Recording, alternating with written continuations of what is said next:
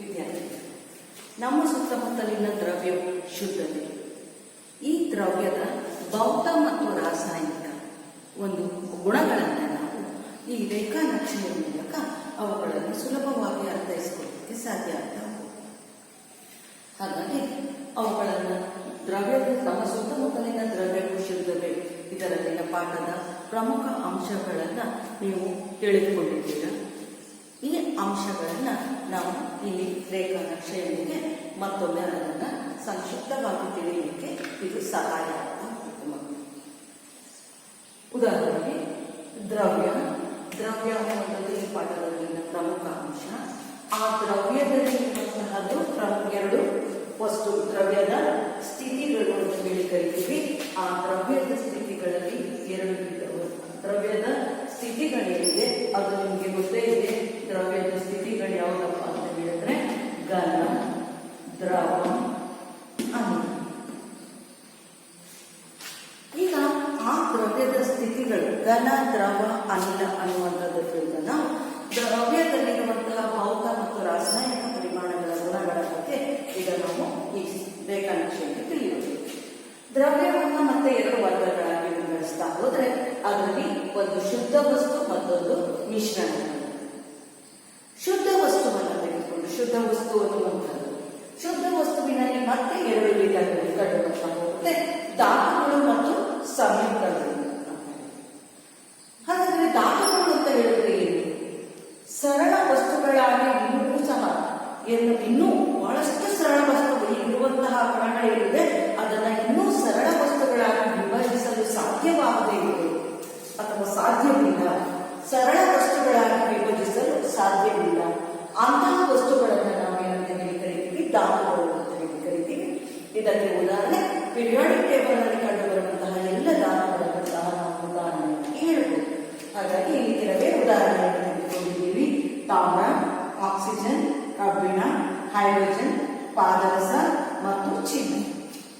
ನೀವು 118 ಧಾತುಗಳನ್ನು ಸಹ ಇಲ್ಲಿ ಕೊಡಲಿಕ್ಕೆ ಸಾಧ್ಯ. ಯಾಕೆ ಅಂತ ಹೇಳಿದ್ರೆ ಆ ಧಾತುಗಳಲ್ಲಿರುವಂತಹ ಕಣಗಳನ್ನ ಇನ್ನೂ ಸರಳ ರೂಪಕ್ಕೆ ನಾವು ಅದನ್ನು ವಿಭಜಿಸಲಿಕ್ಕೆ ಸಾಧ್ಯವಿಲ್ಲ. ಹಾಗಾಗಿ ಧಾತುಗಳು ಅಂತ ಕರಿತೀವಿ. ಧಾತು ಶುದ್ಧ ವಸ್ತುವಿನ ಒಂದು ವಿಧ. ಶುದ್ಧ ವಸ್ತುವಿನಲ್ಲಿರುವಂತಹ ಇನ್ನೊಂದು ವಿಧ ಯಾವುದಪ್ಪ ಅಂತ ಹೇಳಿದ್ರೆ ಸಂಯುಕ್ತಗಳು. ಸಂಯುಕ್ತಗಳು ಅಂತ ಹೇಳಿದ್ರೆ ನಿರ್ದಿಷ್ಟ ಸಂಯೋಜನೆಯನ್ನು ಹೊಂದಿರುವಂತಹ ಧಾತು. ಏನದು ನಿರ್ದಿಷ್ಟ ಸಂಯೋಜನೆಯನ್ನು ಹೊಂದಿರುವಂತಹದ್ದು ಅಂತ ಹೇಳಿದ್ರೆ ಈಗ ಇದು ಉದಾಹರಣೆಯನ್ನು ತೆಗೆದುಕೊಳ್ಳುತ್ತಾ ಹೋಗೋಣ.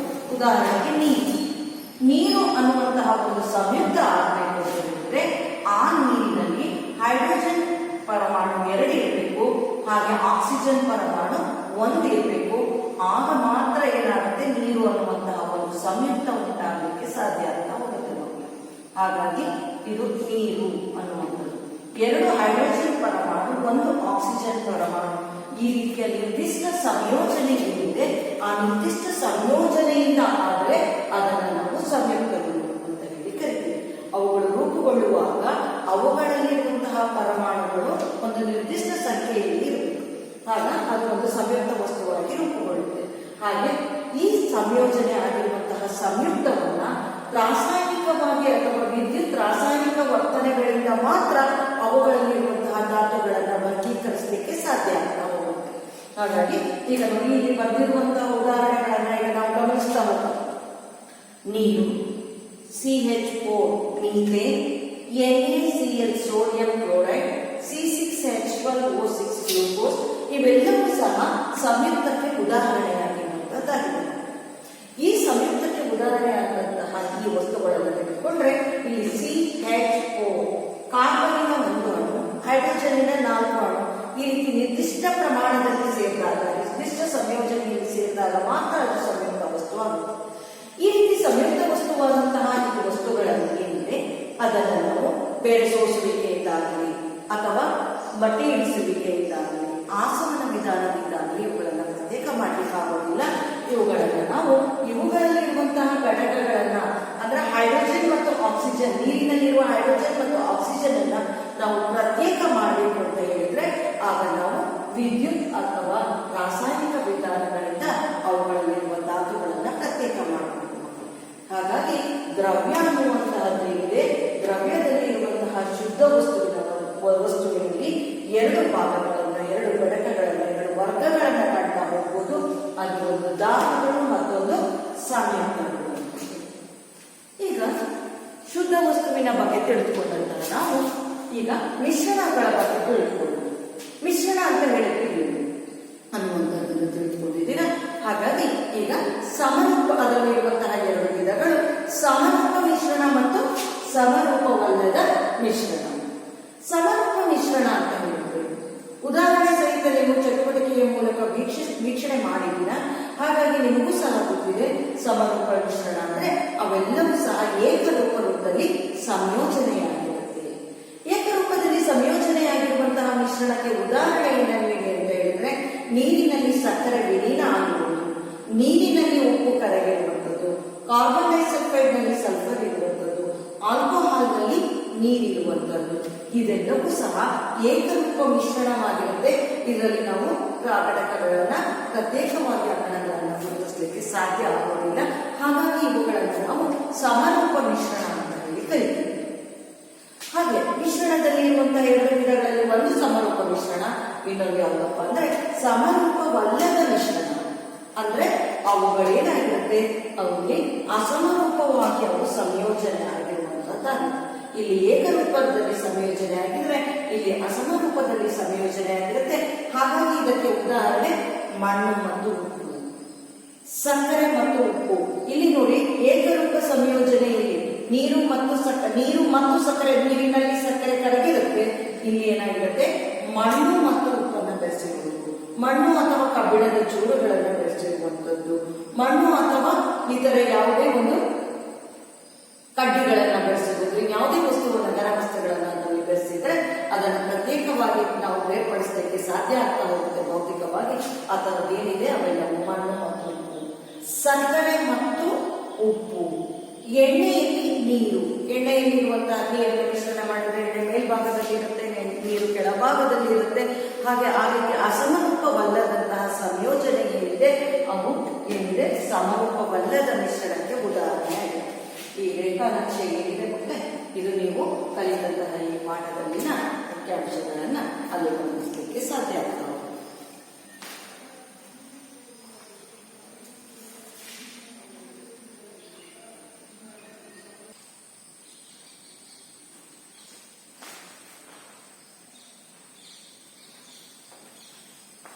ವಿದ್ಯಾರ್ಥಿಗಳು, ಈಗ ನಾವು ಮಿಶ್ರಣ ಮತ್ತು ಸಂಯುಕ್ತಗಳ ಬಗ್ಗೆ ತಿಳ್ಕೊಳ್ಳೋಣ.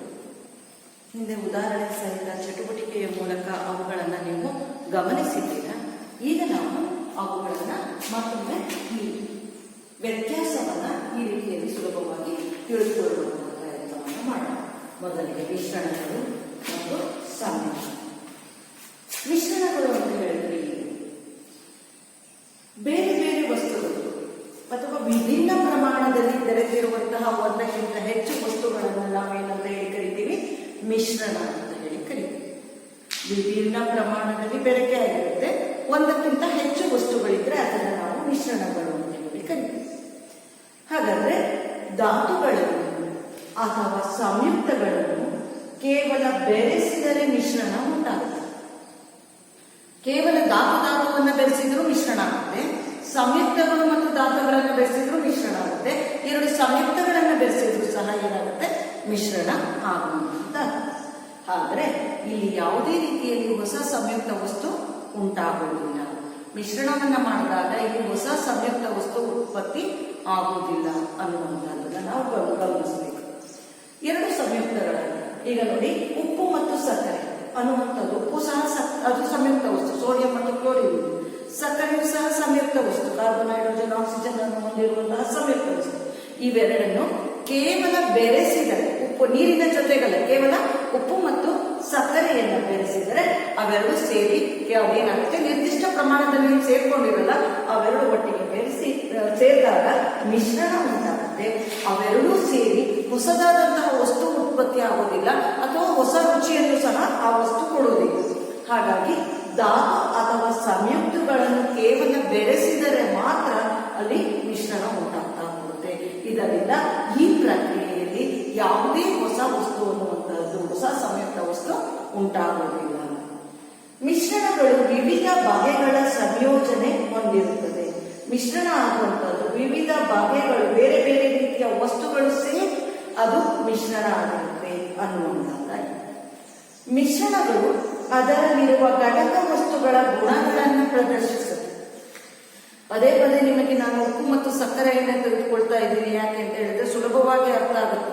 HCl H2SO4 ಅನ್ನಾದ್ರೂ ಸೇರಿಸಬಹುದು, ಅಥವಾ ನೀರಿಗೆ ಹೈಡ್ರೋಕ್ಲೋರಿಕ್ ಆಮ್ಲ ಆದ್ರೂ ಸೇರಿಸಬಹುದು. ಇವೆಲ್ಲ ಸಂಯುಕ್ತ ವಸ್ತುಗಳು. ಆದ್ರೆ ಅದರಲ್ಲಿ ನಿಮಗೆ ವ್ಯತ್ಯಾಸ ಗೊತ್ತಾಗೋದಿಲ್ಲ. ಉಪ್ಪು ಮತ್ತು ಸಕ್ಕರೆ ಎರಡು ನಿಮಗೆ ಚಿರಪರಿಚಿತ ವಸ್ತು.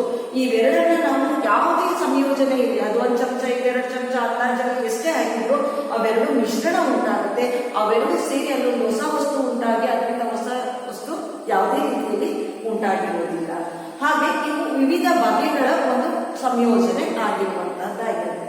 ಆದ್ರೆ ಅವುಗಳಲ್ಲಿರುವಂತಹ ಘಟಕ ವಸ್ತುಗಳ ಗುಣಗಳನ್ನು ಪ್ರದರ್ಶಿಸುತ್ತೆ.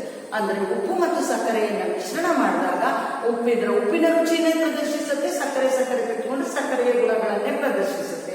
ಹೊಸದಾದಂತಹ ವಿಭಿನ್ನವಾದ ಗುಣವನ್ನು ಅದು ಪ್ರದರ್ಶಿಸುವುದಿಲ್ಲ.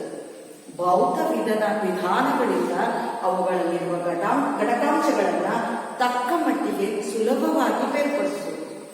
ಆದರೆ ಸಕ್ಕರೆ ಮತ್ತು ಉಪ್ಪನ್ನ ಮಿಶ್ರಣ ಮಾಡಿದರೆ ಅದರನ್ನ ಭೌತ ವಿಧಾನದಿಂದ ಉಪ್ಪಿನ ಕಣವನ್ನೆಲ್ಲ ಆಯ್ಕೆ ಮಾಡುವುದು, ಭೌತಿಕ ಪ್ರಕ್ರಿಯೆಯಿಂದ ಆಯ್ಕೆ ಮಾಡಿ ಸಕ್ಕರೆಯನ್ನ ಉಪ್ಪನ್ನ ಬೇರೆ ಮಾಡುವಂಥದ್ದು. ಸಂಪೂರ್ಣವಾಗಿ ಎಲ್ಲ ಮಿಶ್ರಣಗಳಲ್ಲಿರುವಂತಹ ಎಲ್ಲವುಗಳ ಮಿಶ್ರಣಗಳಲ್ಲೂ ಉದಾಹರಣೆಗಳಲ್ಲೂ ನಾವು ಅವುಗಳನ್ನು ಸುಲಭವಾಗಿ ಪ್ರತ್ಯೇಕ ಮಾಡ್ಲಿಕ್ಕೆ ಆಗೋದಿಲ್ಲ. ಆದ್ರೂ ಸಹ ಭೌತಿಕ ಮಟ್ಟದಲ್ಲಿ ನಾವು ಅವುಗಳನ್ನ ಏನ್ ಮಾಡಬಹುದು, ತಕ್ಕ ಮಟ್ಟಿಗೆ ಅವುಗಳನ್ನ ನಾವು ಬೈಫರ್ಕೇಟ್ ಮಾಡಬಹುದು, ಅಥವಾ ಅವುಗಳನ್ನ ಏನ್ ಮಾಡಬಹುದು, ವರ್ಗೀಕರಿಸಬಹುದು, ಬೇರ್ಪಡಿಸಲಿಕ್ಕೆ ಸಾಧ್ಯ ಆಗ್ತಾ ಹೋಗುತ್ತೆ.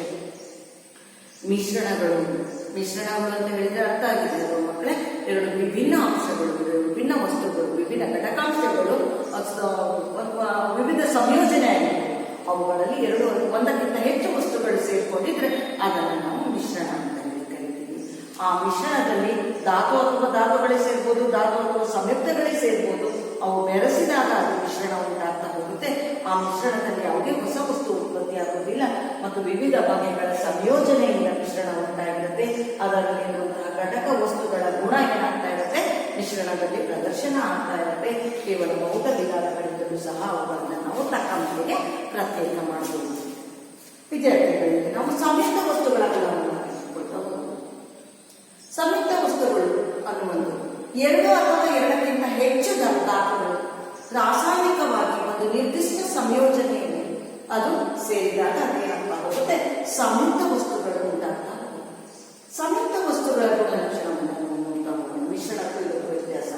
ಧಾತುಗಳು ವರ್ತಿಸಿ ಹೊಸ ಸಂಯುಕ್ತಗಳು ಉಂಟಾಗುತ್ತೆ. ಎರಡು ಅಥವಾ ಎರಡಕ್ಕಿಂತ ಹೆಚ್ಚು ಧಾತುಗಳು ಸೇರಿದ್ರೆ ಇಲ್ಲಿ ಒಂದು ಹೊಸ ಸಂಯುಕ್ತ ಉಂಟಾಗುತ್ತೆ. ಸೋಡಿಯಂ ಮತ್ತು ಕ್ಲೋರಿನ್, ಇದು ಬೇರೆ ಧಾತು, ಇದು ಬೇರೆ ಧಾತು, ಇದು ಲೋಹ, ಇದು ಅಲೋಹ. ಇವೆರಡನ್ನೂ ಸಹ ನಾವು ಪ್ರತ್ಯೇಕವಾಗಿ ಬಳಸಲಿಕ್ಕೆ ಇದನ್ನು ಸೋಡಿಯಂ ಬೇರೆ ಕ್ಲೋರಿನ್ ಬೇರೆ ಅಂತ ಹೇಳಿ ಅವೆರಡನ್ನು ಬಳಸ್ಕೊಳ್ಳಿಕ್ಕಾಗಲ್ಲ. ಎರಡು ನಿರ್ದಿಷ್ಟ ಪ್ರಮಾಣದಲ್ಲಿ ಸೇರಿದಾಗ ಸೋಡಿಯಂ ಕ್ಲೋರೈಡ್ ಅನ್ನುವಂತಹ ಒಂದು ಸಂಯುಕ್ತ ವಸ್ತು ಉಂಟಾಗುತ್ತೆ. ಇದು ಆದ್ರೆ ಇದರ ಮೂಲ ಗುಣ ಸೋಡಿಯಂ, ಸೀಮೆಎಣ್ಣೆಯಲ್ಲಿ ಸಂಗ್ರಹಿಸಿಟ್ಟಿರ್ತಾರೆ ಸೋಡಿಯಂ, ಅದನ್ನ ನಾವು ತೀಕ್ಷ್ಣವಾಗಿ ವರ್ತಿಸುವಂತದ್ದು, ಅತ್ಯಂತ ಕ್ರಿಯಾಶೀಲ ವಸ್ತು ಅಂತ ಹೇಳಿ ಕರೀತೀವಿ. ರಾಸಾಯನಿಕವಾಗಿ ಅತ್ಯಂತ ವೇಗವಾಗಿ ವರ್ತಿಸುವಂತಹ ವಸ್ತು ಮತ್ತು ವಿಷ ವಸ್ತುವು ಆಗಿರುತ್ತೆ. ಹಾಗಾಗಿ ನಾವು ಇದನ್ನ ಒಂದೊಂದೇ ಬಳಸಲಿಕ್ಕೆ ಆಗುವುದಿಲ್ಲ. ಆದ್ರೆ ಇವೆರಡೂ ಸೇರಿದಾಗ ಒಂದು ಹೊಸ ವಸ್ತು ಉತ್ಪತ್ತಿ ಆಗಿರುವಂತದ್ದಾಗುತ್ತೆ. ಹಾಗಾಗಿ ಧಾತುಗಳು ವರ್ತಿಸಿ ಹೊಸ ಸಂಯುಕ್ತಗಳು ಉಂಟಾಗುತ್ತವೆ. ಪ್ರತಿಯೊಂದು ಹೊಸ ವಸ್ತುವಿನ ಸಂಯೋಜನೆ ನಿರ್ದಿಷ್ಟವಾಗಿರುತ್ತೆ. ಹೊಸ ವಸ್ತುವಿನ ಸಂಯೋಜನೆ ನಿರ್ದಿಷ್ಟವಾಗಿರುತ್ತೆ ಅಂತ ಹೇಳಿದ್ರೆ ಇಲ್ಲಿ ಉತ್ಪತ್ತಿಯಾಗಿರುವಂತಹ ಹೊಸ ವಸ್ತು ಏನಿದೆ, ಇದರಲ್ಲಿ ಸೋಡಿಯಂ ಅಣು ಹೊಂದಿದೆ, ಕ್ಲೋರಿನ್ ಅಣು ಹೊಂದಿದೆ ಅನ್ನುವಂಥದ್ದು. ಹಾಗೆ ನೀರು ಅನ್ನುವಂಥದ್ದು ಒಂದು ಸಂಯುಕ್ತ ವಸ್ತು. ಈ ವಸ್ತು ಉತ್ಪತ್ತಿ ಆಗಬೇಕಾದ್ರೆ ಇಲ್ಲಿ ಹೈಡ್ರೋಜನ್ನಿನ 2 ಪರಮಾಣು, ಆಕ್ಸಿಜನ್ನಿನ 1 ಪರಮಾಣು ಇದ್ರೆ ಮಾತ್ರ ಇದು ನೀರು ಅನ್ನುವಂತಹ ಒಂದು ವಸ್ತು ಉಂಟಾಗಲಿಕ್ಕೆ ಸಾಧ್ಯ ಆಗುತ್ತೆ. ಹಾಗೆ ಹೊಸ ವಸ್ತುವು ಸಂಪೂರ್ಣವಾಗಿ ಬೇರೆ ಬೇರೆ ಗುಣಗಳನ್ನು ಹೊಂದಿರುತ್ತೆ. ಹೈಡ್ರೋಜನ್ ಇಲ್ಲೇ ನೋಡಿ, ಇದನ್ನು ತೆಗೆದುಕೊಳ್ಬಹುದು, ಇದನ್ನು ತೆಗೆದುಕೊಳ್ಬಹುದು. ಉದಾಹರಣೆ ಹೈಡ್ರೋಜನ್ ಅನ್ನುವಂಥದ್ದು ನಿಮಗೆ ಗೊತ್ತೇ ಇದೆ. ಹೈಡ್ರೋಜನ್ ಅನಿಲ ಏನಾಗುತ್ತೆ, ತನ್ನಷ್ಟಕ್ಕೆ ತಾನೇ ಏನಾಗುತ್ತೆ, ಉಷ್ಣತೆಯನ್ನು ಕೊಟ್ಟರೆ ಹತ್ತಿಕೊಂಡು ಉರಿಲಿಕ್ಕೆ ದಹ್ಯ ವಸ್ತು ಆಗಿರುತ್ತೆ, ಅದು ಹತ್ಕೊಂಡು ಉರಿಯುತ್ತೆ. ಆದ್ರೆ ಆಕ್ಸಿಜನ್ ಏನಾಗಿರುತ್ತೆ, ದಹನಾನುಕೂಲಿ. ಅಂದ್ರೆ ದಹನಾನುಕೂಲಿ ಅಂತ ಹೇಳಿದ್ರೆ ವಸ್ತು ಹತ್ಕೊಂಡು ಉರಿಯಲಿಕ್ಕೆ ಸಹಾಯವನ್ನು ಮಾಡುತ್ತೆ. ಇವೆರಡು ಭೌತ ವಸ್ತು ಅಂದರೆ ಧಾತುಗಳಾದಾಗ ಇವುಗಳ ಗುಣವೇ ಹೈಡ್ರೋಜನಿನ ಗುಣವೇ ಬೇರೆ, ಆಕ್ಸಿಜನ್ನಿನ ಗುಣವೇ ಬೇರೆ. ಆದರೆ ಇವೆರಡು ಸಂಪೂರ್ಣವಾಗಿ ಬೆರೆತಾಗ ಅದು ನೀರಾಗಿ, ಒಂದು ದಹ್ಯ ವಸ್ತು ಇನ್ನೊಂದು ದಹನಾನುಕೂಲಿ, ಆದರೆ ಇವೆರಡು ವರ್ತಿಸಿದಾಗ ನೀರು ಅನ್ನುವಂಥ ಒಂದು ಹೊಸ ವಸ್ತು ಉತ್ಪತ್ತಿಯಾಗುತ್ತೆ. ಅದರ ಸಂಪೂರ್ಣ ಗುಣ ಏನಾಗಿರುತ್ತೆ, ಮೂಲ ವಸ್ತುಗಳಿಗಿಂತ ಬೇರೆಯಾಗಿರುತ್ತೆ. ನೀರು ಅನ್ನುವಂಥದ್ದು ಇದು ಒಂದು ಧಾತು, ಇದು ದಹ್ಯ ವಸ್ತು. ಆಕ್ಸಿಜನ್ ಅನ್ನುವಂಥದ್ದು ದಹನಾನುಕೂಲಿ, ಆದರೆ ಇವೆರಡು ವರ್ತಿಸಿದಾಗ ಅನ್ನುವಂಥದ್ದು ನೀರು ಅಂತ ಒಂದು ಸಂಯುಕ್ತ ವಸ್ತು. ಈ ಧಾತುಗಳ ಮೊದಲು ಏನು ಗುಣ ಇತ್ತು ಅದನ್ನು ಕಳೆದುಕೊಂಡು ಇದು ಹೊಸ ಸಂಯುಕ್ತ ವಸ್ತು, ಹೊಸದಾದಂತಹ ಸಂಪೂರ್ಣವಾಗಿ ಬೇರೆ ಗುಣಗಳನ್ನು ಹೊಂದಿರುವಂತಹ ವಸ್ತು ಆಗುತ್ತೆ. ಕೇವಲ ಈ ಸಂಯುಕ್ತಗಳನ್ನು ನಾವು ರಾಸಾಯನಿಕ ಅಥವಾ ವಿದ್ಯುತ್ ರಾಸಾಯನಿಕ ವರ್ತನೆಗಳ ಮೂಲಕ ಅವುಗಳ ಘಟಕಾಂಶವನ್ನು ಬೇರ್ಪಡಿಸಲಿಕ್ಕೆ ಸಾಧ್ಯ. ಈಗ ನಾವು ಕುಡಿತಾ ಇರುವಂತಹ ನೀರಿನಲ್ಲಿ ಹೈಡ್ರೋಜನ್ ಅಣು ಇದು, ಹೈಡ್ರೋಜನ್ ಪರಮಾಣು, ಆಕ್ಸಿಜನ್ ಪರಮಾಣು ಅಂತ ಹೇಳಿ ಬೇರ್ಪಡಿಸಲಿಕ್ಕಾಗಲ್ಲ. ಶಾಲೆಯಲ್ಲಿ ನೀವು ಮೊದಲಿನ ಪಾಠದಲ್ಲಿ ತಿಳಿದುಕೊಂಡಿದ್ದೀರಿ. ನೀರಿನ ಘಟಕಾಂಶಗಳೇನಿದೆ ಅದನ್ನು ಹೈಡ್ರೋಜನ್ ಮತ್ತು ಆಕ್ಸಿಜನ್ ಅದನ್ನು ವಿದ್ಯುತ್ ರಾಸಾಯನಿಕ ವಿಭಜನೆಗೆ ಒಳಪಡಿಸಿದಾಗ ಅದರಲ್ಲಿರುವಂತಹ ಧಾತುಗಳನ್ನು ಪ್ರತ್ಯೇಕ ಮಾಡಲಿಕ್ಕೆ ಸಾಧ್ಯ ಇದೆ ಎನ್ನುವಂಥದ್ದು ವಿದ್ಯಾರ್ಥಿಗಳು. ಈಗ ನಾವು ಮತ್ತೊಮ್ಮೆ ಸಂಯುಕ್ತಗಳ ಗುಣಗಳನ್ನು ನೋಡ್ತಾ ಹೋಗೋಣ. ಧಾತುಗಳು ಅಥವಾ ಸಂಯುಕ್ತಗಳು ಒಂದಕ್ಕೊಂದೊಂದು ವಸ್ತು ವರ್ತಿಸಿದಾಗ ಹೊಸ ಸಂಯುಕ್ತ ವಸ್ತು ಉಂಟಾಗುತ್ತೆ. ಹೊಸ ಸಂಯುಕ್ತ ವಸ್ತುವು ಸಹ ನಿರ್ದಿಷ್ಟವಾದಂತಹ ಸಂಯೋಜನೆಯಿಂದ ಸೇರ್ಪಡೆಯಾಗಿದ್ದು ಆ ಉಂಟಾಗುವಂತಹ ಸಂಯುಕ್ತ ವಸ್ತು ಏನಿದೆ ಅದರ ಗುಣ ಏನಾಗುತ್ತೆ, ಸಂಪೂರ್ಣವಾಗಿ ಬೇರೆ ಗುಣಗಳನ್ನು ಹೊಂದಿರುತ್ತೆ. ಇಂತಹ ಸಂಯುಕ್ತವನ್ನ ರಾಸಾಯನಿಕ ಅಥವಾ ವಿದ್ಯುತ್ ರಾಸಾಯನಿಕದಿಂದ ನಾವು ಪ್ರತ್ಯೇಕ ಮಾಡಲಿಕ್ಕೆ ಸಾಧ್ಯ. ಹಾಗಾಗಿ ವಿದ್ಯಾರ್ಥಿಗಳೇ, ಈಗ ನೀವು ಇವುಗಳ ವ್ಯತ್ಯಾಸವನ್ನು ಹೋಲಿಸಿ ತಿಳಿಬಹುದು. ಇದು ಕೇವಲ ಬೆರೆತಾಗ ಮಾತ್ರ, ಕೇವಲ ಭೌತಿಕವಾಗಿ ಬೆರೆಸಿದ್ರೆ ಇದು ಮಿಶ್ರಣ ಆಗುತ್ತೆ. ಇದು ರಾಸಾಯನಿಕವಾಗಿ ಬೆರೆತು ಏನಾಗುತ್ತೆ, ಹೊಸ ಸಂಯುಕ್ತ ಉಂಟಾಗುತ್ತೆ. ಇದರಲ್ಲಿ ವಿವಿಧ ಬಗೆಗಳ ಸಂಯೋಜನೆ ಇರುತ್ತೆ. ಇಲ್ಲಿ ನಿರ್ದಿಷ್ಟ ಪ್ರಮಾಣದಲ್ಲಿ ಸಂಯೋಜನೆ ಇರುವಂತಹದ್ದಾಗಿರುತ್ತೆ. ಇದರಲ್ಲಿ ಮೂಲತಃ ವಸ್ತುಗಳ ಘಟಕಗಳ ಗುಣಗಳು ಹಾಗೆ ಉಳ್ಕೊಂಡಿರುತ್ತೆ. ಇಲ್ಲಿ ಆ ವಸ್ತುವಿನ ಘಟಕಾಂಶಗಳ ಗುಣಗಳು ಸಂಪೂರ್ಣವಾಗಿ ಏನಾಗಿರುತ್ತೆ, ಬೇರೆಯಾಗಿರುತ್ತೆ. ಹಾಗೆ ಮಿಶ್ರಣವನ್ನ ಭೌತಿಕ ವಿಧಾನದಿಂದ ತಕ್ಕ ಮಟ್ಟಿಗೆ ನಾವು ಅದನ್ನ ಬೇರ್ಪಡಿಸಬಹುದು. ಆದರೆ ಇಲ್ಲಿ ರಾಸಾಯನಿಕ ವಿಧಾನ ಅಥವಾ ವಿದ್ಯುತ್ ರಾಸಾಯನಿಕ ವಿಧಾನದಿಂದಲೇ ನಾವು ಘಟಕಾಂಶಗಳನ್ನ ಬೇರ್ಪಡಿಸಲಿಕ್ಕೆ ಸಾಧ್ಯ. ಹಾಗಾಗಿ ವಿದ್ಯಾರ್ಥಿಗಳೇ, ಧಾತುಗಳು ಮತ್ತು ಮಿಶ್ರಣಗಳು ಮತ್ತು ಸಂಯುಕ್ತಗಳಿಗಿರುವಂತಹ ವ್ಯತ್ಯಾಸವನ್ನ ನೀವು ಇದನ್ನ ನೋಟ್ ಮಾಡಬಹುದು.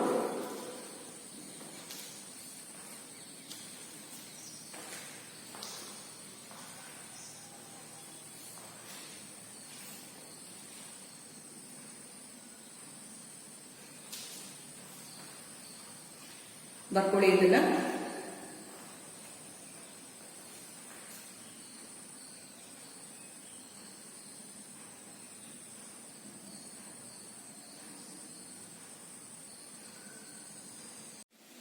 ನಮ್ಮ ಸುತ್ತಮುತ್ತಲಿನ ದ್ರವ್ಯವು ಶುದ್ಧವೇ.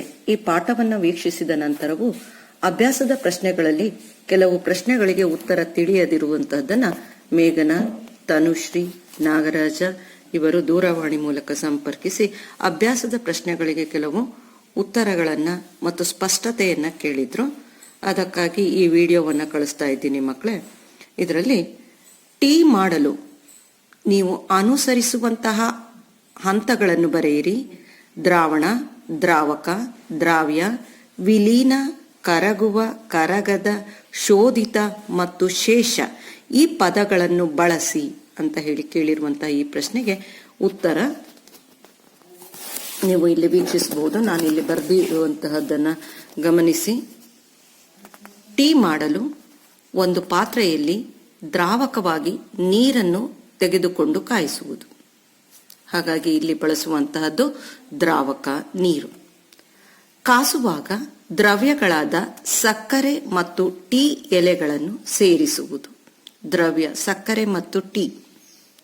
ಮೂರನೇದು, ಸಕ್ಕರೆ, ಟೀ ಪುಡಿ, ಸಾರ ದ್ರಾವಕದಲ್ಲಿ ಕರಗಲು ಪ್ರಾರಂಭಿಸುವುದು. ಸಕ್ಕರೆ, ಟೀ ಪುಡಿ, ಸಾರ ದ್ರಾವಕದಲ್ಲಿ ಕರಗಲು ಪ್ರಾರಂಭಿಸುವುದು. ಹಾಲನ್ನು ಹಾಕಿದಾಗ ಹಾಲು ವಿಲೀನಗೊಳಿಸುವುದು. ಕರಗದ ಟೀ ಎಲೆಗಳನ್ನು ನಾವು ಸೋಸುವಿಕೆಯಿಂದ ಶೇಷದ ರೂಪದಲ್ಲಿ ಹೊರತೆಗೆಯುವುದು. ಟೀ ದ್ರಾವಣ ಕುಡಿಯಲು ಸಿದ್ಧವಾಗಿರುವುದು. ಇದಿಷ್ಟು ಮಕ್ಕಳೇ ನಿಮಗೆ ಆ ಪ್ರಶ್ನೆಗೆ ಸಂಬಂಧಿಸಿದಂತಹ ಉತ್ತರ ಅನ್ನುವಂತಹದ್ದನ್ನು ನೀವು ಗಮನಿಸಬಹುದು.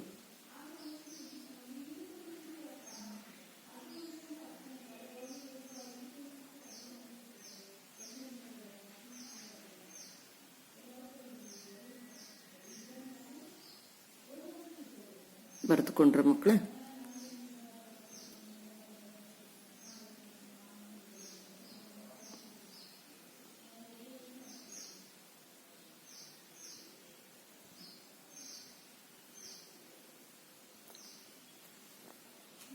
ಗೊತ್ತಾಯ್ತು ಅಂತ ಅಂದ್ಕೊಳ್ತೀನಿ. ಈಗ ಪಠ್ಯಪುಸ್ತಕದಲ್ಲಿರುವಂತಹ 3ನೇ ಪ್ರಶ್ನೆಯನ್ನ ಗಮನಿಸೋಣ. ಪ್ರಜ್ಞಾ ವಿವಿಧ ತಾಪಮಾನಗಳಲ್ಲಿ 3 ವಿವಿಧ ವಸ್ತುಗಳ ವಿಲೀನತೆಯನ್ನು ಪರೀಕ್ಷಿಸಿದಳು ಮತ್ತು ಕೆಳಗೆ ಕೊಟ್ಟಿರುವ ದತ್ತಾಂಶವನ್ನು ಸಂಗ್ರಹಿಸಿದಳು. ಪರ್ಯಾಪ್ತ ದ್ರಾವಣವಾಗಲು 100 ಗ್ರಾಂ ನೀರಿನಲ್ಲಿ ವಿಲೀನವಾಗಿರುವ ವಸ್ತುವನ್ನು ಗ್ರಾಂಗಳಲ್ಲಿ ನೀಡಿದ್ದು ಈ ಕೆಳಗಿನ ಕೋಷ್ಟಕದಲ್ಲಿ ಫಲಿತಾಂಶ ನೀಡಲಾಗಿದೆ.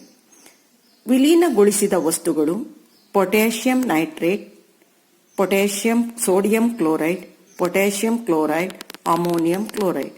ವಿಲೀನತೆ ಮತ್ತು ತಾಪಮಾನ ಕೆಲ್ವಿನ್ಗಳಲ್ಲಿ ಈ ಬೋರ್ಡಿನಲ್ಲಿ ಕೋಷ್ಟಕದಲ್ಲಿ ಕೊಟ್ಟಿದ್ದಾರೆ.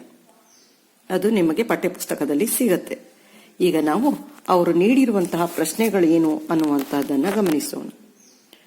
313 ಕೆಲ್ವಿನ್ ನಲ್ಲಿ 50 ಗ್ರಾಂ ನೀರಿನಲ್ಲಿ ಪೊಟ್ಯಾಷಿಯಂ ನೈಟ್ರೇಟ್ ಪರ್ಯಾಪ್ತ ದ್ರಾವಣ ಉತ್ಪಾದಿಸಲು ಎಷ್ಟು ರಾಶಿಯ ಪೊಟ್ಯಾಷಿಯಂ ನೈಟ್ರೇಟ್ ಅಗತ್ಯವಿದೆ ಅನ್ನುವಂತಹದ್ದನ್ನ ಪ್ರಶ್ನೆಯನ್ನ ಕೇಳಿದ್ದಾರೆ. ಹಾಗಾಗಿ ಮಕ್ಕಳೇ, ಈ ಪ್ರಶ್ನೆಗೆ ನೀವು ಉತ್ತರವನ್ನ ಈಗ ಇಲ್ಲಿ ಗಮನಿಸಬಹುದು. 313 ಕೆಲ್ವಿನ್ 50 ಗ್ರಾಂ ನೀರಿನಲ್ಲಿ ಪೊಟ್ಯಾಷಿಯಂ ನೈಟ್ರೇಟ್ ಪರ್ಯಾಪ್ತ ದ್ರಾವಣ ಉತ್ಪಾದಿಸಲು ಎಷ್ಟು ರಾಶಿಯ ಪೊಟ್ಯಾಷಿಯಂ ನೈಟ್ರೇಟ್ ಅಗತ್ಯವಿದೆ ಅನ್ನುವಂತಹದ್ದು ಆ ಪ್ರಶ್ನೆಗೆ. ಪ್ರಜ್ಞಾ 313 ಕೆಲ್ವಿನ್ನಲ್ಲಿ 100 ಗ್ರಾಂ ನೀರಿನಲ್ಲಿ ಪೊಟ್ಯಾಷಿಯಂ ನೈಟ್ರೇಟ್ ಪರ್ಯಾಪ್ತ ದ್ರಾವಣವನ್ನು ತಯಾರಿಸಲು ಬೇಕಾಗುವ ಪೊಟ್ಯಾಷಿಯಂ ನೈಟ್ರೇಟ್ನ ದ್ರವ್ಯರಾಶಿ ಕೋಷ್ಟಕವನ್ನು ವೀಕ್ಷಿಸಿದಾಗ ಗೊತ್ತಾಗ್ತಾ ಹೋಗುತ್ತೆ. ಅಲ್ಲಿ 62 ಗ್ರಾಂ ಅನ್ನುವಂಥದ್ದು.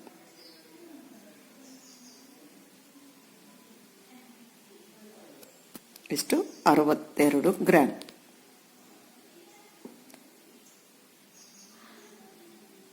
(313 ಕೆಲ್ವಿನ್ನಲ್ಲಿ 50 ಗ್ರಾಂ ನೀರಿನಲ್ಲಿ ಪೊಟ್ಯಾಷಿಯಂ ನೈಟ್ರೇಟ್ ಪರ್ಯಾಪ್ತ ದ್ರಾವಣ ಉತ್ಪಾದಿಸಲು ಬೇಕಾಗುವ ಪೊಟ್ಯಾಷಿಯಂ ನೈಟ್ರೇಟ್ನ ದ್ರವ್ಯ ರಾಶಿ ಎಷ್ಟು ಅನ್ನುವಂಥದ್ದನ್ನ ಕೇಳ್ತೀವಿ. 313 ಗ್ರಾಂ 313 ಕೆಲ್ವಿನ್ನಲ್ಲಿ 100 ಗ್ರಾಂ ನೀರಿನಲ್ಲಿ ನಾವು ಪರ್ಯಾಪ್ತ ದ್ರಾವಣ ತಯಾರಿಸಲಿಕ್ಕೆ 62 ಗ್ರಾಂ ಬೇಕಾದ್ರೆ, ಹಾಗಾದ್ರೆ 50 ಗ್ರಾಂ ತಯಾರಿಸಲಿಕ್ಕೆ ಎಷ್ಟು ಬೇಕು ಅನ್ನುವಂಥದ್ದು ಸರಳವಾದಂತಹ ಪ್ರಶ್ನೆ ಆಗಿರೋದ್ರಿಂದ K = 62 / 100 × 50 ಗ್ರಾಂ ಹಾಕಿ ಇದನ್ನ ನಾವು ಲೆಕ್ಕ ಮಾಡಿದ್ರೆ 31 ಗ್ರಾಂ ಬರುತ್ತೆ. ಇದು ಸರಳವಾಗಿರುವಂತಹದ್ದು, ಗೊತ್ತಾಗತ್ತೆ ನಿಮಗೆ. ನೆಕ್ಸ್ಟ್ ಇರುವಂತಹ ಪಠ್ಯಪುಸ್ತಕದಲ್ಲಿರುವಂತಹ ಪ್ರಶ್ನೆ. ಪ್ರಜ್ಞಾ 353 ಕೆಲ್ವಿನ್ನಲ್ಲಿ ನೀರಿನಲ್ಲಿ ಪೊಟ್ಯಾಷಿಯಂ ಕ್ಲೋರೈಡ್ ಪರ್ಯಾಪ್ತ ದ್ರಾವಣವನ್ನು ತಯಾರಿಸಿದಳು. ಎಷ್ಟರಲ್ಲಿ? 353 ಕೆಲ್ವಿನ್ ಉಷ್ಣತೆಯ ನೀರಿನಲ್ಲಿ ಪೊಟ್ಯಾಷಿಯಂ ಕ್ಲೋರೈಡ್ನ ಪರ್ಯಾಪ್ತ ದ್ರಾವಣವನ್ನು ತಯಾರಿಸಿದಳು ಮತ್ತು ಆ ದ್ರಾವಣವನ್ನು ಕೊಠಡಿ ತಾಪಮಾನಕ್ಕೆ ತಂಪಾಗಲು ಬಿಟ್ಟಳು. ದ್ರಾವಣ ತಂಪಾದಂತೆ ಅವಳು ಏನನ್ನು ಗಮನಿಸಬಹುದು, ವಿವರಿಸಿ ಅನ್ನುವಂತಹ ಪ್ರಶ್ನೆಯನ್ನ ಕೇಳಿದರು. ಹಾಗಾಗಿ ಇದಕ್ಕೆ ಸಂಬಂಧಿಸಿದಂತಹ ಉತ್ತರವನ್ನ ನೋಡೋಣ. ಪ್ರಜ್ಞಾ ಪೊಟ್ಯಾಷಿಯಂ ಕ್ಲೋರೈಡ್ ಹರಳುಗಳ ಉಂಟಾಗುವುದನ್ನು ಅವಳು ಗಮನಿಸ್ತಾಳೆ. ತಾಪವನ್ನ ತಂಪು ಮಾಡಿದಾಗ ಅದೇನಾಗುತ್ತೆ, ವಿಲೀನತೆ ಕಡಿಮೆ ಆಗುವಂತದ್ರಿಂದ. ತಾಪ ಕಡಿಮೆ ಆದಂತೆ ಪೊಟ್ಯಾಷಿಯಂ ಕ್ಲೋರೈಡ್ ವಿಲೀನತೆಯು ಪ್ರಮಾಣ ಏನಾಗ್ತಾ ಹೋಗುತ್ತೆ, ಕಡಿಮೆ ಆಗುತ್ತೆ. ಹಾಗಾಗಿ ಪೊಟ್ಯಾಷಿಯಂ ಕ್ಲೋರೈಡ್ಗಳ ಹರಳುಗಳು ಉಂಟಾಗುವುದನ್ನು ಕಾಣಬಹುದಾಗಿದೆ ಅನ್ನುವಂಥದ್ದು 3ನೆಯ ಪಠ್ಯಪುಸ್ತಕದಲ್ಲಿರುವಂತಹ ಅಭ್ಯಾಸದ 3ನೆಯ ಪ್ರಶ್ನೆಗೆ ಉದಾಹರಣೆಯಾಗಿದೆ.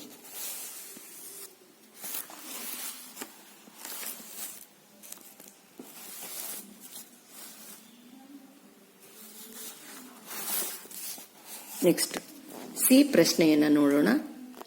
293 ಕೆಲ್ವಿನ್ನಲ್ಲಿ ಪ್ರತಿಯೊಂದು ಉಪ್ಪಿನ ಲವಣದ ವಿಲೀನತೆಯನ್ನು ಕಂಡುಹಿಡಿಯಲು ತಾಪಮಾನದಲ್ಲಿ ಯಾವ ಲವಣವು ಗರಿಷ್ಠ ವಿಲೀನತೆಯನ್ನು ಹೊಂದಿದೆ ಅನ್ನುವಂಥದ್ದನ್ನು ಕೇಳಿದರೆ, ಹಾಗಾಗಿ ಅದಕ್ಕೆ ಸಂಬಂಧಿಸಿದಂತಹ ಉತ್ತರ ಅದರಲ್ಲಿ ಯಾವ ತಾಪಮಾನ ಗರಿಷ್ಠ ಉಷ್ಣತೆಯನ್ನು ಹೊಂದಿದೆ ಅಂತ ಹೇಳಿದ್ರೆ 293 ಕೆಲ್ವಿನ್ನಲ್ಲಿ 100 ಗ್ರಾಂ ನೀರಿನಲ್ಲಿ ವಿಲೀನತೆಯ ಪ್ರಮಾಣ ಏನಾಗಿರುತ್ತೆ, ಅಲ್ಲಿ ಹೆಚ್ಚಾಗಿರುವಂತಹದ್ದು ಕಂಡು ಬರುವಂತದ್ದಾಗತ್ತೆ. ಮತ್ತು ಜೊತೆಗೆ ಇಲ್ಲಿ ಕೋಷ್ಟಕವನ್ನು ಸಹ ನಾವು ನೋಡಬಹುದು. ಪೊಟ್ಯಾಷಿಯಂ ನೈಟ್ರೇಟ್ 32 ಗ್ರಾಂ, ಹಾಗೆ sodium chloride 36, potassium chloride 35, ammonium chloride 37, ammonium chloride ಗರಿಷ್ಠ ವಿಲೀನತೆಯನ್ನು ಹೊಂದಿದೆ ಅನ್ನುವಂಥದ್ದನ್ನ ಅರ್ಥೈಸಿಕೊಳ್ಬಹುದಾಗಿದೆ. ಲವಣದ ವಿಲೀನತೆಯ ಮೇಲೆ ತಾಪಮಾನದ ಬದಲಾವಣೆಯ ಪರಿಣಾಮ ಏನು? ಲವಣದ ವಿಲೀನತೆಯ ಮೇಲೆ ತಾಪಮಾನದ ಪರಿಣಾಮ ಏನಾಗುತ್ತಪ್ಪ ಅಂದ್ರೆ, ಯಾವುದೇ ತಾಪ ಕಡಿಮೆ ಆದಂತೆ ಅಲ್ಲಿ ಕರಗಿರುವಂತಹ ಲವಣದ ವಿಲೀನತೆಯ ಪ್ರಮಾಣ ಅಂದ್ರೆ ಲವಣ ಕರಗುವಂತಹ ಪ್ರಮಾಣವೂ ಸಹ ಏನಾಗುತ್ತೆ, ಕಡಿಮೆ ಆಗುತ್ತೆ. ತಾಪ ಹೆಚ್ಚಾದಂತೆ ಲವಣದ ವಿಲೀನತೆಯ ಪ್ರಮಾಣವೂ ಸಹ ಏನಾಗ್ತಾ ಹೋಗುತ್ತೆ, ಹೆಚ್ಚಾಗತ್ತೆ ಅನ್ನುವಂಥದ್ದನ್ನ ನೆನ್ಪಿಟ್ಕೊಳ್ಬೇಕು.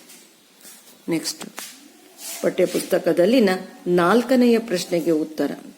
ಈ ಕೆಳಗಿನವುಗಳನ್ನು ಉದಾಹರಣೆಗಳೊಂದಿಗೆ ವಿವರಿಸಿ.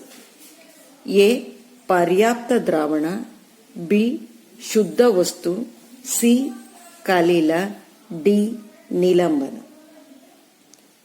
ಒಂದು ನಿರ್ದಿಷ್ಟ ತಾಪದಲ್ಲಿ ಇನ್ನಷ್ಟು ದ್ರಾವ್ಯವನ್ನು ವಿಲೀನಗೊಳಿಸಲು ಸಾಧ್ಯವಾಗುವ ದ್ರಾವಣಕ್ಕೆ ಏನಂತ ಹೇಳಿ ಕರಿತೀವಿ, ಪರ್ಯಾಪ್ತ ದ್ರಾವಣ ಅನ್ನುವಂಥದ್ದು ಅಥವಾ ಸಂತೃಪ್ತ ದ್ರಾವಣ ಅಂತ ಹೇಳಿ ಕರಿತೀವಿ. ಒಂದು ನಿರ್ದಿಷ್ಟ ತಾಪಮಾನದಲ್ಲಿ ಇನ್ನಷ್ಟು ದ್ರಾವ್ಯವನ್ನು ವಿಲೀನಗೊಳಿಸಲು ಸಾಧ್ಯವಾಗದ ದ್ರಾವಣಕ್ಕೆ. ನೆಕ್ಸ್ಟ್ ಹಾಗೆ 2ನೇ ಪ್ರಶ್ನೆ, ಶುದ್ಧ ವಸ್ತು. ಶುದ್ಧ ವಸ್ತು ಅಂದ್ರೆ ಒಂದೇ ರೀತಿಯ ಕಣಗಳನ್ನು ಹೊಂದಿರುವಂತಹ ವಸ್ತುಗಳಿಗೆ ನಾವು ಏನಂತ ಹೇಳಿ ಕರಿತೀವಿ, ಶುದ್ಧ ವಸ್ತು ಅನ್ನುವಂತಹದ್ದನ್ನ ಹೇಳಿ ಕರಿತೀವಿ. ಶುದ್ಧ ವಸ್ತುವಿಗೆ ನಿಮಗೆ ಉದಾಹರಣೆಯೂ ಸಹ ಗೊತ್ತಿದೆ. ಶುದ್ಧ ವಸ್ತುವಿಗೆ ಉದಾಹರಣೆಯನ್ನ ಹೇಳಿ ಅಂತ ಹೇಳಿದ್ರೆ ಯಾವ್ದು ಹೇಳ್ತೀರಾ? ಶುದ್ಧ ವಸ್ತುವಿಗೆ ಉದಾಹರಣೆ ಉಪ್ಪು, ಸಕ್ಕರೆ ಮತ್ತು ನೀರನ್ನ ಹೇಳುವಂತದ್ದು ನೀವು ಶುದ್ಧ ವಸ್ತುವಿಗೆ ಉದಾಹರಣೆ. ಹಾಗೆ ಕಲೀಲ, ಬೆಳಕನ್ನು ಚದುರಿಸುವಂತಹ ದೊಡ್ಡದಾದಂತಹ ಕಣಗಳನ್ನು ಹೊಂದಿರುವ ಮಿಶ್ರಣವನ್ನ ಕಲೀಲ ಅಂತ ಹೇಳಿ ಕರಿತೀವಿ. ಹಾಲು ಕಲೀಲಕ್ಕೆ ಉದಾಹರಣೆ, ಪಿಷ್ಟ ಕಲೀಲಕ್ಕೆ ಉದಾಹರಣೆ ಆಗಿರುತ್ತೆ. ನಿಲಂಬನ ಅನ್ನುವಂಥದ್ದು ದ್ರಾವಣ ಮತ್ತು ಕಲೀಲದ ನಡುವಿನ ಸ್ಥಿತಿ ನಿಲಂಬನ ಅನ್ನುವಂಥದ್ದಾದ್ರೂ ಬರೀಬಹುದು. ಮಿಶ್ರಣದ ಕಣಗಳು ಬರಿಗಣ್ಣಿಗೆ ಕಾಣಿಸುವಂಥದ್ದು. ಸೀಮೆ ಸುಣ್ಣದ ಪುಡಿ ನೀರಿನಲ್ಲಿ ವಿಲೀನವಾಗಿರುವುದನ್ನ ನಾವು ಕಲೀಲಕ್ಕೆ ಉದಾಹರಣೆಯಾಗಿ ಹೇಳ್ತಾ ಹೋಗ್ತೀವಿ. ಅಂದ್ರೆ ಇಲ್ಲ ಅಂದ್ರೆ ಪಠ್ಯಪುಸ್ತಕದಲ್ಲಿ ಇರುವ ಹಾಗೆ ಬರೀಬೇಕು ಅಂತ ಹೇಳಿದ್ರೆ, ಒಂದು ನಿಲಂಬಿತ ಮಿಶ್ರಣ ಅಸಮರೂಪ ಮಿಶ್ರಣವಾಗಿದ್ದು ಅದರಲ್ಲಿ ದ್ರಾವ್ಯದ ಕಣಗಳು ದ್ರಾವಣದಲ್ಲಿ ವಿಲೀನಗೊಂಡಿರುವುದಿಲ್ಲ, ಇಡೀ ಮಾಧ್ಯಮದಲ್ಲಿ ನಿಲಂಬಿತ ಸ್ಥಿತಿಯಲ್ಲಿ ಇರುತ್ತದೆ ಅನ್ನುವಂಥದ್ದು ನಿಲಂಬನಕ್ಕೆ ನೀವು ಉದಾಹರಣೆಯಾಗಿ ನೀಡಬಹುದಾಗಿದೆ. ಜೊತೆಗೆ ಈ ಉದಾಹರಣೆಯನ್ನು ಸಹ, ಇದಕ್ಕೆ ಸಂಬಂಧಿಸಿದ ವಿವರಣೆಯನ್ನು ಸಹ ನಿಮಗೆ ಬೋರ್ಡ್ನಲ್ಲಿ ಪಾಠ ಮಾಡುವಾಗ ಬರೆದಿದ್ದೆ, ಹಾಗಾಗಿ ನೀವು ಅವುಗಳನ್ನು ಬರೆದುಕೊಳ್ತೀರಾ ಅಂತ. ನೆಕ್ಸ್ಟ್, ಈ ಕೆಳಗಿನ ಪ್ರತಿಯೊಂದನ್ನು ಸಮರೂಪ ಮತ್ತು ಸಮರೂಪವಲ್ಲದ ಮಿಶ್ರಣ ಎಂದು ವಿಂಗಡಿಸಿ ಅನ್ನುವಂಥದ್ದಿದೆ.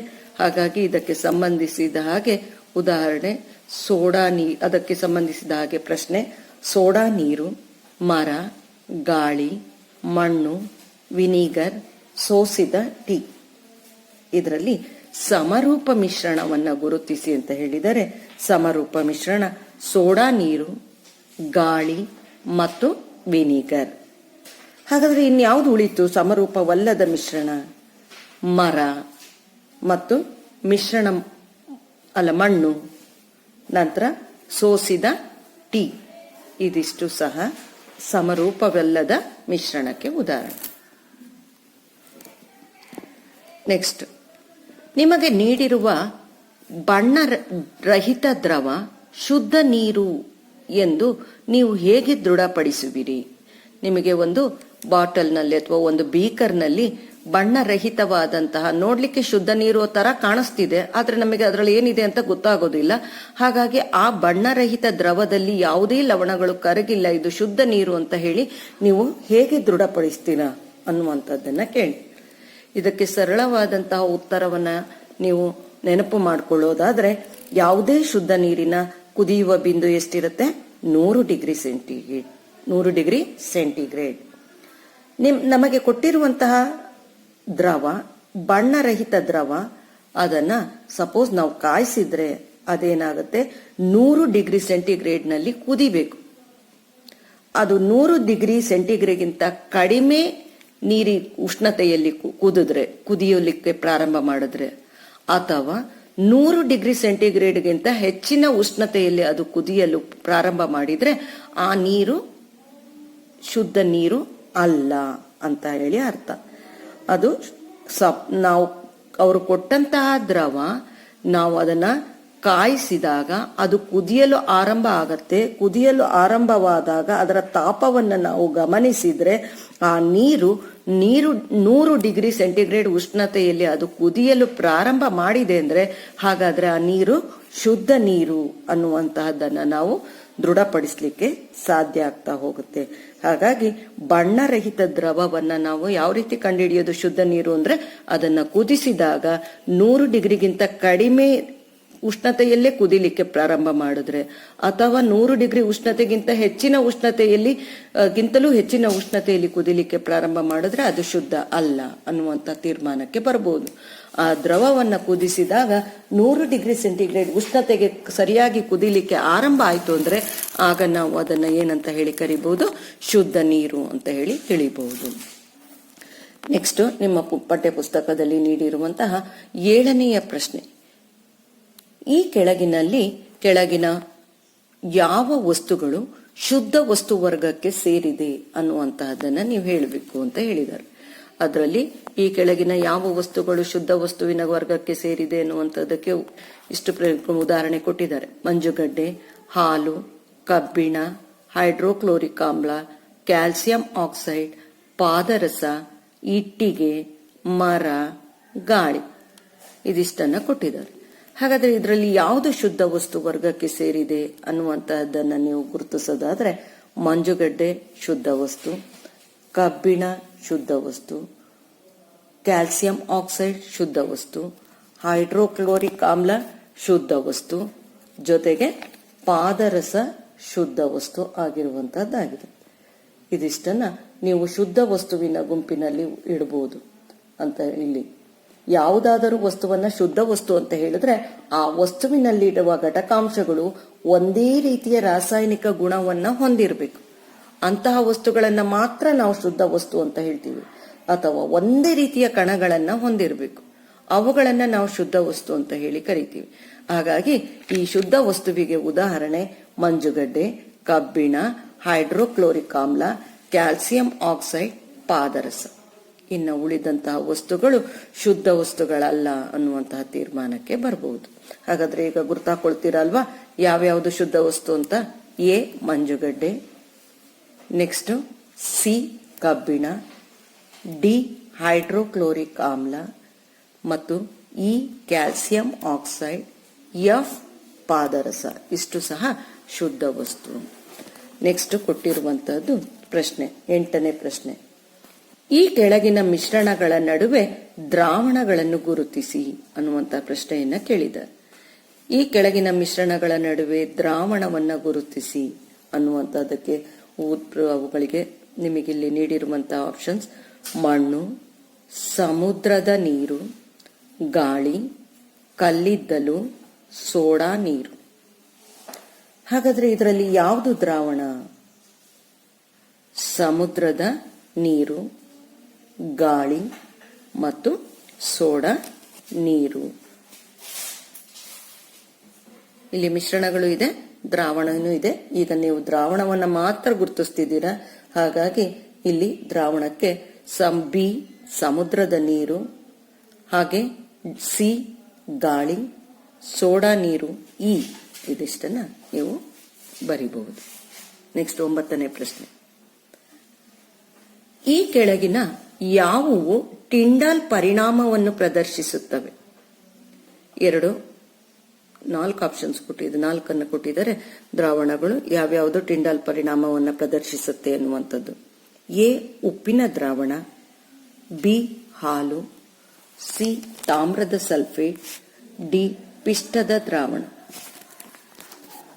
ಇದಕ್ಕೆ ಉತ್ತರವಾಗಿ ನೀವು ಬರೆಯುವಂತಹದ್ದು ಯಾವುದನ್ನ ಬರೀಬಹುದು? ಟಿಂಡಾಲ್ ಪರಿಣಾಮವನ್ನ ಯಾವುದು ಸೂಚಿಸುತ್ತೆ? ಪರ್ಯಾಪ್ತ ದ್ರಾವಣ ಸೂಚಿಸುತ್ತಾ, ಶುದ್ಧ ವಸ್ತು ಸೂಚಿಸುತ್ತಾ, ಕಲೀಲ ಸೂಚಿಸುತ್ತಾ, ದ್ರಾವಣ ಸೂಚಿಸುತ್ತಾ, ಮಿಶ್ರಣ ಸೂಚಿಸುತ್ತಾ, ಯಾವ್ದು ಸಿಗುತ್ತೆ? ನಿಲಂಬನದ ವಸ್ತು ಸೂಚಿಸುತ್ತಾ, ಯಾವುದು ಸೂಚಿಸುತ್ತೆ? ಯೋಚನೆ ಮಾಡಿದಾಗ ನಿಮಗೆ ಗೊತ್ತಾಗುತ್ತೆ ಇದರಲ್ಲಿ ಯಾವುದು ಕಲೀಲ ಅನ್ನುವಂಥದ್ದನ್ನು ಆಯ್ಕೆ ಮಾಡ್ಕೊಳ್ಬೇಕು. ಉಪ್ಪಿನ ದ್ರಾವಣ ಕಲೀಲ ಅಲ್ಲ, ಹಾಲು ಕಲೀಲ.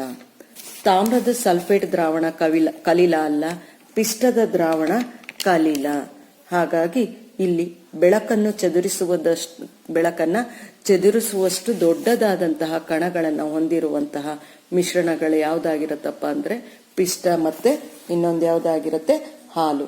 ಹಾಗಾಗಿ ಇಲ್ಲಿ ಇದಕ್ಕೆ ನಾವು ಉದಾಹರಣೆಯಾಗಿ ಯಾವುದನ್ನು ತೆಗೆದುಕೊಳ್ಬಹುದು? ಟಿಂಡಾಲ್ ಪರಿಣಾಮವನ್ನು ಪ್ರದರ್ಶಿಸುವಂತಹದ್ದು ಹಾಲು ಮತ್ತು ಪಿಷ್ಟದ ದ್ರಾವಣ. ಹಾಗಾಗಿ ಬಿ ಮತ್ತೆ ಡಿ ಅನ್ನ ನಾವು ಇಲ್ಲಿ ಆಯ್ಕೆ ಮಾಡಿಕೊಳ್ಬಹುದು. ನೆಕ್ಸ್ಟ್ ಪಠ್ಯ ಪುಸ್ತಕದಲ್ಲಿರುವಂತಹ ಮತ್ತೊಂದು ಪ್ರಶ್ನೆ, 10ನೆಯ ಪ್ರಶ್ನೆ. ಈ ಕೆಳಗಿನವುಗಳನ್ನು ಧಾತುಗಳು, ಸಂಯುಕ್ತಗಳು ಮತ್ತು ಮಿಶ್ರಣಗಳೆಂದು ವರ್ಗೀಕರಿಸಿ. ಎ ಸೋಡಿಯಂ, ಬಿ ಮಣ್ಣು, ಸಿ ಸಕ್ಕರೆ ದ್ರಾವಣ, ಡಿ ಬೆಳ್ಳಿ, ಇ ಕ್ಯಾಲ್ಸಿಯಂ ಕಾರ್ಬೋನೇಟ್, ಎಫ್ ಸೀಸ, ಜಿ ಸಿಲಿಕಾನ್, ಕಲ್ಲಿದ್ದಲು, ಗಾಳಿ, ಸಾಬೂನು, ಮೀಥೇನ್, ಕಾರ್ಬನ್ ಡೈಆಕ್ಸೈಡ್, ರಕ್ತ.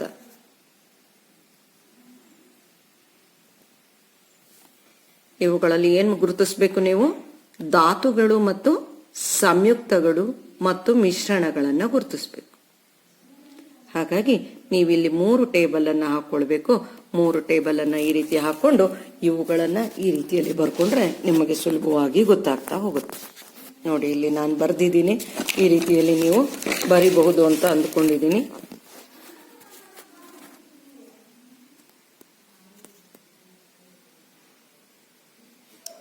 ಧಾತುಗಳು ಸೋಡಿಯಂ, ಬೆಳ್ಳಿ, ಸೀಸ, ಸಿಲಿಕಾನ್. ಸಂಯುಕ್ತಗಳಿಗೆ ಬಂದ್ರೆ calcium carbonate, methane, carbon dioxide. ಹಾಗೆ ಮಿಶ್ರಣಗಳಿಗೆ ಬಂದ್ರೆ ಮಣ್ಣು, ಸಕ್ಕರೆಯ ದ್ರಾವಣ, ಕಲ್ಲಿದ್ದಲು, ಗಾಳಿ, ಸಾಬೂನು, ರಕ್ತ. ಇನ್ನೊಮ್ಮೆ ನೀವು ಈ ಟೇಬಲ್ ಅನ್ನು ವೀಕ್ಷಣೆ ಮಾಡಿ ಗುರ್ತು ಹಾಕೊಳ್ಬಹುದು. ಈಗ ಟೆಕ್ಸ್ಟ್ ಬುಕ್ ಅಲ್ಲಿ ನೀವು ಗುರ್ತು ಹಾಕೊಳ್ಳೋದಾದ್ರೆ ಮೊದಲನ್ನ ಟೆಕ್ಸ್ಟ್ ಬುಕ್ ನಲ್ಲಿ ನೋಡಿ ಗುರ್ತು ಹಾಕೊಳ್ಳಿ ಮಕ್ಕಳೇ. ಅದರಲ್ಲಿ ಈಗ ನೀವು ಬರ್ಕೊಳ್ತಾ ಹೋಗ್ಬೇಕು. ಸೋಡಿಯಂ ಮುಂದೆ ಸೋಡಿಯಂ ಗುರ್ತು ಹಾಕೊಳ್ಳಿ. ಈಗ ಫಸ್ಟ್ ಸೋಡಿಯಂ, ಎ ಸೋಡಿಯಂ, ಬೆಳ್ಳಿ ಡಿ ಬೆಳ್ಳಿ, ಎಫ್ ಸೀಸ, ನೆಕ್ಸ್ಟ್ ಜಿ ಸಿಲಿಕಾನ್. ಸೋಡಿಯಂ, ಬೆಳ್ಳಿ, ಸೀಸ, ಸಿಲಿಕಾನ್ ಇದು 4 ಸಹ ಧಾತುಗಳಿಗೆ ಬರ್ಕೊಳ್ಳಿ. ಧಾತುಗಳು. ಧಾತು ಅಂದ್ರೆ ಏನು, ಸಂಯುಕ್ತ ಅಂದ್ರೆ ಏನು ಗೊತ್ತಿದೆ ನಿಮಗೆ. ಹಾಗಾಗಿ ನೆಕ್ಸ್ಟ್ ಸಂಯುಕ್ತಗಳು ಇಲ್ಲಿ ನೀವು ನೋಡ್ತಾನೂ ಇದ್ದೀರಾ, ಜೊತೆಗೆ ಬುಕ್ಕಲ್ಲೂ ಸಹ ಗುರ್ತಾಕೊಳ್ಳಿ. Calcium carbonate, E calcium carbonate. Next ಇರುವಂತಹದ್ದು K methane. Next L carbon dioxide.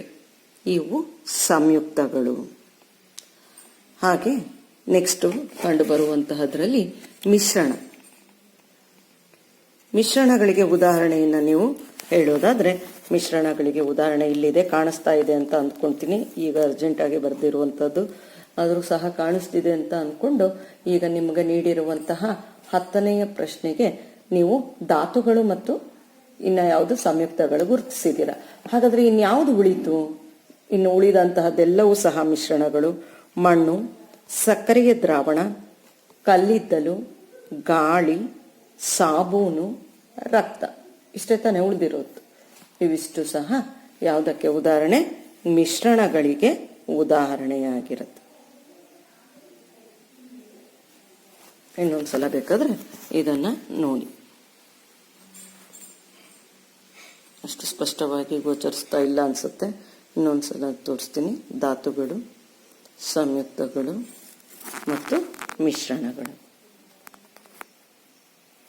ಮುಂದಿನ ಪ್ರಶ್ನೆಗೆ ಹೋಗೋಣವಾ?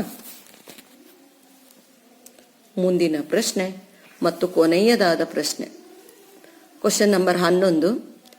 ಈ ಕೆಳಗಿನವುಗಳಲ್ಲಿ ಯಾವುವು ರಾಸಾಯನಿಕ ಬದಲಾವಣೆಗಳು?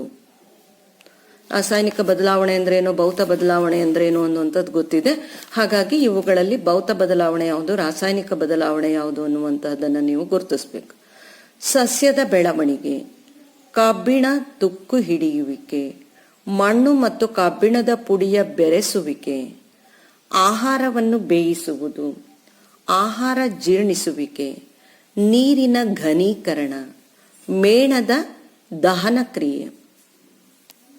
ಇಷ್ಟರಲ್ಲಿ ಯಾವುದು ಪ್ರಕ್ರಿಯೆಯಲ್ಲಿ ಹೊಸ ವಸ್ತುಗಳು ಉತ್ಪತ್ತಿಯಾಗುತ್ತೆ ಅನ್ನುವಂಥದ್ದನ್ನು ಗಮನಿಸಿ ಭೌತ ಬದಲಾವಣೆ ಮತ್ತು ರಾಸಾಯನಿಕ ಬದಲಾವಣೆಯನ್ನು ಗುರುತಿಸಿ.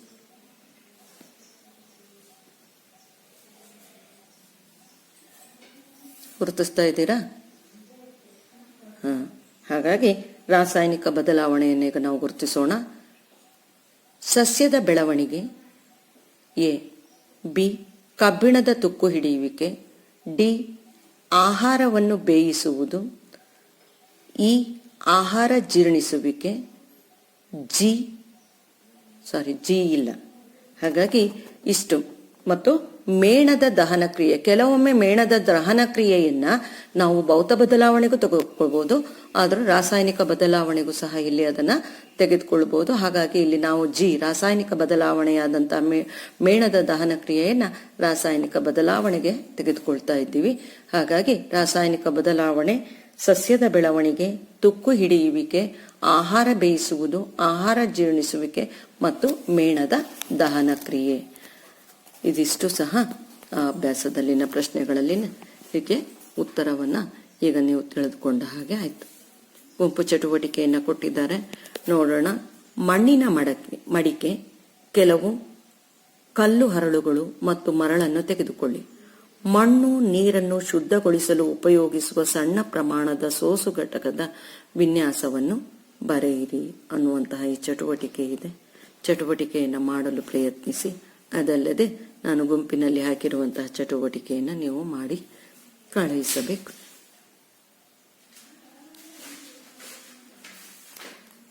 ಇನ್ನು ಯಾವುದಾದರೂ ನಿಮ್ಮ ಡೌಟ್ ಇದ್ರೆ, ಅದನ್ನ ಪ್ರಶ್ನೆಗಳಿದ್ರೆ ನೀವು ಕಳಿಸ್ಬೋದು.